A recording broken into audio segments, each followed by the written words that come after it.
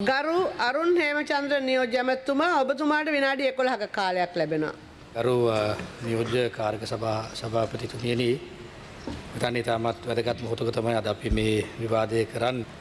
මම දැක්කා මීට කලින් කතා කරපු විවිධ අය විවිධ අදහස් මත ප්‍රකාශ කරා. මම හිතන්නේ කියාලගේ අයිතිය. නමුත් කරුණාකර ඉල්ලා සිටිනවා මෙම උත්තරීතර සභාවේ බොරු නම් කියන්න එපා. මම කතාව පටන් ගන්නට කලින් මම චුටි දෙයක් කියන්න කැමති. විශේෂයෙන්ම දැන් මේ මොහොත වෙනකොට මෙද පෙරදිග කලාපයේ తాවකාලික සටන් විරාමයට අදාළව යම්කිසි ප්‍රකාශයක් නිකුත් වෙලා තියෙනවා. අපි මේ ප්‍රකාශය අගය කරනවා. ඒ වගේම අපි බලාපොරොත්තු වෙනවා මේ తాවකාලික මේ සටන් විරාම සම්බන්ධ මේ කරපු ප්‍රකාශය අපි අපේ අවංක චේතනාවක් අවංක බලාපොරොත්තුවක් තියෙනවා. සදාකාලික සාමයක් උදෙසා ගමන් කිරීමට අදාළ ඒ කටයුත්ත කරයි කියන බලාපොරොත්තුව තියෙනවා. ඒ වගේම තමයි මේ කටයුත්තට සම්බන්ධ වෙච්ච සියලු දෙනාටම අපි ස්තුතිය පුද කරනවා.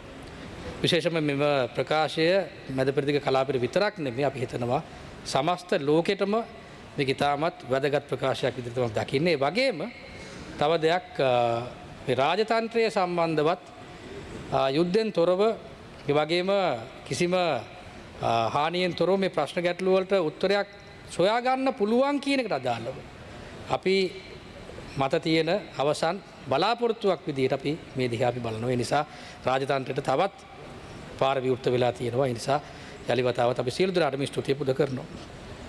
අපි දැක්කා විශේෂයෙන්ම මේ සම්බන්ධව මේ විවාදයට සම්බන්ධ වෙච්ච විවිධ අය විවිධ කරුණු මතු කරා. මම හිතන්නේ අපි කරපු දේවල් සම්බන්ධව මෙතන යලි වතාවත් මතක් කරන්නට ඕනේ. මං ගාව සංඛ්‍යා ලේඛන තියෙනවා. මං සභාගතත් කරනවා.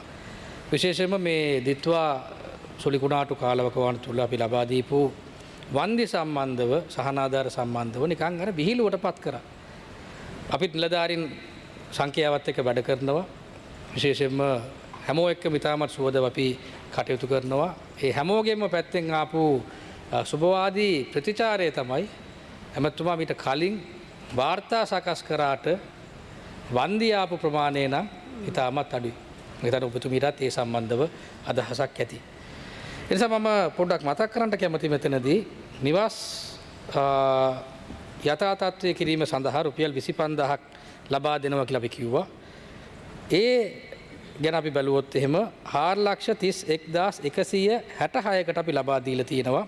සමස්ත මුදල් විදියට ගත්තොත් එහෙම රුපියල් මිලියන 10,710යි සත මේ දශම 75යි කියන ගාන තමයි අපි ගෙවලා තියෙන්නේ. 99.37කට අපි ගෙවලා තියෙනවා.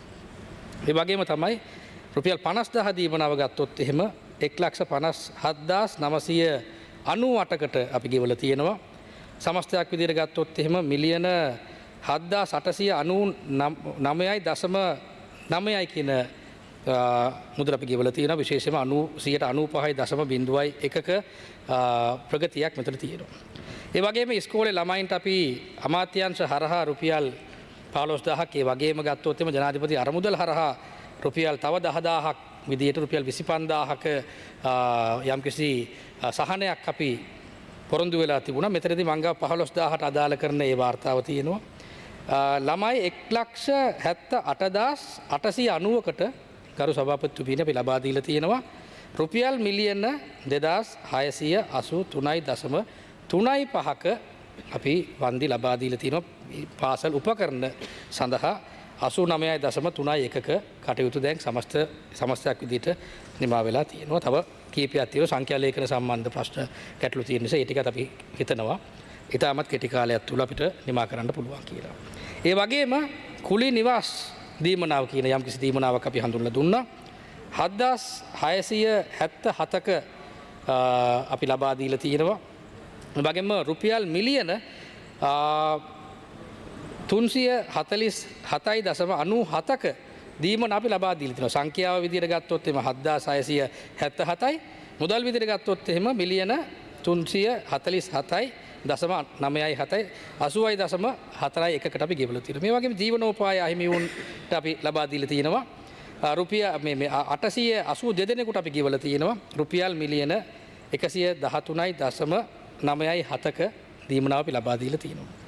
ඒ වගේම අපි දන්නවා මරණයට අදාළව වන්දි ප්‍රමාණයක් අපි පොරොන්දු වුණා. 417කට අපි ලබා දීලා තියෙනවා. රුපියල් මිලියන 445.41ක වන්දිය අපි ලබා දීලා තියෙනවා. ඒ වගේම පූර්ණ හා අර්ධ නිවාස හානිවලට අදාළ වන්දිය අපි පොරොන්දු වුණා. පූර්ණ විදියට ගත්තොත් එහෙම 289කට අපි ලබා දීලා තියෙනවා. ඒ වගේම ඒ සමස්ත මුදල විදියට ගත්තොත් එහෙම රුපියල් මිලියන 570යි. අර්ධ හානිවලට අදාළව 5392කට අපි ලබා දීලා තියෙනවා.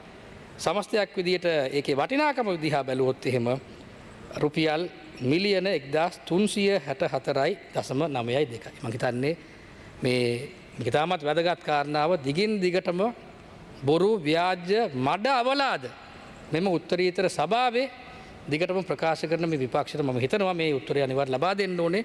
ඒ වගේම මේ ලේඛන මම සභාගත කරනවා. මේ ලේඛන ගත්තොත් එහෙම 2026යි 3.27ට අදාළව තමයි මේ ලේඛනය සකස් කරලා තියෙන්නේ. ඒ ලේඛනයට අත්සන් කරලා තියෙනවා. මේක තාමත් වගකීම් සාගත ලිපි ලේඛන. ඒ වගේම අපි හිතනවා දැන් විශේෂයෙන්ම අපි අප්‍රේල් මාසයේ තමයි දැන් ඉන්නේ. එතකොට මේකේ යම්කිසි ප්‍රගතියකුත් තවත් එකතු වෙලා තියෙනවා කියනවත් ඒ විශ්වාසෙත් මට තියෙනවා. විශේෂයෙන්ම අපි දන්නවා මේ රට බාරගත් තත්ත්වයක් එක්ක ගත්තොත් එහෙම ගරු සභාපතිතුමියනි සමස්තයක් විදියට රටක් විදියට අපි සෑහෙන ඉස්සරහට යමින් ඉන්නකොට තමයි දිත්වක් උනාට වඩා අපි මුහුණ දෙන්න සිද්ධ වුණේ. අපි ඒ සම්බන්ධවත් අපි කටයුතු කරලා තිබුණා. ඒ වගේම ඒ හානි වලට අදාළවත් අපි දැවැන්ත ව්‍යාපෘති ගණනාවක මේ ප්‍රගතිය අපි අත් විඳිනකොට තමයි මේ මැද ප්‍රතික කලාප සම්බන්ධ මේ ගැටුම්කාරී තත්ත්වය නිර්මාණය වුණේ. වගකීම් සාගත ආණ්ඩුවක් විදියට ජනතාවට වග කියන ආණ්ඩුවක් විදියට අපේ යුතුයකමක් තියෙනවා. ඕනෑම තත්ත්වයක් මැද්දේ මේ රටේ ජනතාවට නායකත්වය ඒ වගේම රටේ ජනතාවට සහනාධාරී වැඩපිළිවෙල සකස් කිරීමට අදාළ කරන්නේ ඒ වගකීම අපිට තියෙනවා. ඒ නිසා අපි හිතනවා මේක අපි සමස්තයක් විදිහට අපි සම්පූර්ණ කරගෙන ඉන්නවා. ඒ වගේම තවත් ඉදිරියේදී ගත්තොත් එහෙම අපිට බලාපොරොත්තුවක් තියෙනවා. ඊටමත් වේගයෙන් සියලු කටයුතු ටික අපි කරගන්නට අපිට ඒ ධෛර්යයයි ඒ හයියත් අපිට තියෙනවා කියන විශ්වාසයත් අපිට තියෙනවා. ඊයේ දිනේ ජනාධිපතිතුමා විශේෂ සහනාධාරී පැකේජයක් ඉදිරිපත් කරලා තිබුණා. ඉතාමත් වැදගත් දෙයක්. එතනදී ගොවියෝ ගැනත් අපි සලකා බලලා තියෙනවා. ගොවියොන්ටත් විශේෂ තැනක් දීලා තියෙනවා. දීවරුන්ටත් දීලා තියෙනවා. අස්වැසුම් ලබා ගන්න අඩු ආදායම් ලාභීන්ටත් අපි යම්කි සහනාධාරයක් දීලා තියෙනවා. ඒ වගේම දෙන්න පුළුවන් සියලුම පාර්ශවකරුවන්ට විශේෂයෙන්ම මේ අවුරුදු සමයට අදාළ කරන ඒ සහනාධාරී වැඩපිළිවෙලක් අපි සකස් කරලා තියෙනවා. ඒ වගේම තමයි අපි දන්නවා මැද පෙරදිග කලාපෙ ගත්තොත් එහෙම ඉන්ධන අර්බුදයක් මේ මොහොත වෙනකොට නිර්මාණ වෙලා තියෙනවා. විශේෂයෙන්ම සමහර දේවල් දිහා බැලුවොත් එහෙම අර తాවකාලික සටන් විරාමට විතරක් ඒ වෙච්ච හානියට උත්තර හොයන්න බෑ. විශේෂයෙන්ම අපි සතුව තියෙන සංඛ්‍යා ලේඛන අනුව මැද පෙරදිග කලාපෙ විතරක් තෙල් පිරිපාදු මධ්‍යස්ථාන සහ ওই තෙල් ඩිපෝ කියලා කියන්නේ. ඒ ගබඩා කරන මධ්‍යස්ථාන ඇතුළු මේ ස්ථාන දිහා බැලුවොත් එහෙම ස්ථාන 19ට හානි සිද්ධ වෙලා තියෙනවා. ස්ථාන 19ට හානි සිද්ධ වෙලා තියෙනවා. ඒ වගේම මැද පෙරදිග කලාපෙන් පිට ගත්තොත් එහෙම සමස්තයක් විදිහට ගත්තොත් එහෙම 12කට අධික ස්ථානවල ප්‍රහාර එල්ල වෙලා තියෙනවා. ඒ නිසා මේක සමස්ත ක්‍රියාවලියටම යම්කිසි බාධාවක් එල්ල කරන අවදානමක් තියෙනවා. විශේෂයෙන්ම අපි දන්නවා මේ යුද්ධය අද නතර වුණත් කෙටි කාලයක් යයි මේ තත්ත්වය යථා තත්ත්වයට පත් වෙන්න. දැන්ටවත් අපි දන්නවා සමහර රටවල් ගරු නියෝජ්‍ය ඇමතුමා තව විනාඩි 2ක කාලයක් තිබෙනවා. දැන්ටවත් සමහර රටවල් තෙල් ඇනයුම් කරන එක නතර කරලා තියෙනවා. සමහර රටවල් දැන් ගත්තොත් ඉතින් එහෙම ප්‍රශ්න ගැටලු රාශියක් විතර නිර්මාණය වෙලා තියෙනවා. නමුත් අපේ යුතුයකමක් තියෙනවා කුමන තත්ත්වයේ මතු වුණත් අපි රටක් විදියට අපි මේ තත්ත්වයට මූණ දෙමින් අපේ රටේ ජනතාවට සහනාධාරී වැඩපිළිවෙලක් අපි සකස් කරන්න අපි බැඳිලා ඉන්නවා. ඒ වගේම තමයි මේ තත්ත්වයට ඔරොත්තු දෙන ආර්ථිකයකුත් අපි නිර්මාණ කරන්නට අපි බැඳිලා ඉන්නවා. විශේෂයෙන්ම ඔබතුමියටත් අදහසක් ඇති ගරු සභාපතිතුමියනි මේ පසුගිය අවුරුද්ද තුල ගත්තොත් එහෙම විශේෂයෙන්ම 2025 අවුරුද්ද ගත්තොත් එහෙම ඉතාම ස්වර්ණමය අවුරුද්දක්. සංචාරකයෝ වැඩිපුරම මේ රටට පැමිණිච්ච මේ අවුරුද්ද. ඒ වගේම අපේ රටට විදේශ විනිමය වැඩිම මේ ලබාගත් අවුරුද්ද ඩොලර් බිලියන 8.2ක ආදායමක් අපේ විදේශ විනිමය හරහා එනවා. ඉතින් ඒ වගේ ගත්තොත් එහෙම අපේ අපනයන ශේෂ්ත්‍රයේ යම්කිසි වැදගත් ස්ථාන ගතවෙච්ච අවුරුද්දක් විදිහට අපි දකින්නේ. ඒ වගේම තමයි අපගේ රටේ නිෂ්පාදනයේ පැත්ත ගත්තොත් එහෙම නිෂ්පාදනත් ඉතාමත් වේගෙන් වර්ධනය වෙච්ච අර්බුද්ද මේ අවුරුද්ද. ඒ වගේම ගත්තොත් එහෙම විශේෂම අපි දන්නවා අපේ වරායවල් අපේ ගුවන් තොටුපොළවල් ඉතාමත් වේගෙන් ඒ ඔපරේෂන්ස් ඒ මෙහෙයුම් වලට අදාළව සෑහෙන අපිට සුබවාදී ප්‍රතිඵල අපි අත්පත් කරගන්න පුළුවන් වෙච්ච අවුරුද්ද. ඉතින් අපි හිතනවා කෙටි කාලයක් තුළ අපිට විශේෂම අපිට ලැබිච්ච ඒ ආණ්ඩුව එහෙම නැත්නම් මේ රට දිහා බැලුවොත් එහෙම මේ රට අපි බාර ගන්නකොට තිබිච්ච තත්ත්වයක් එක්ක බලද්දී අපි සෑහෙන ප්‍රගතිය අපි අත්පත් කරලා තියෙනවා. ඒ වගේම තමයි තිබිච්ච ආර්ථික තත්ත්වයක් එක්ක අපි බලද්දී ආර්ථික තත්ත්වය ඉතාමත් හොඳ මට්ටමේ නෙමෙයි තිබුණේ.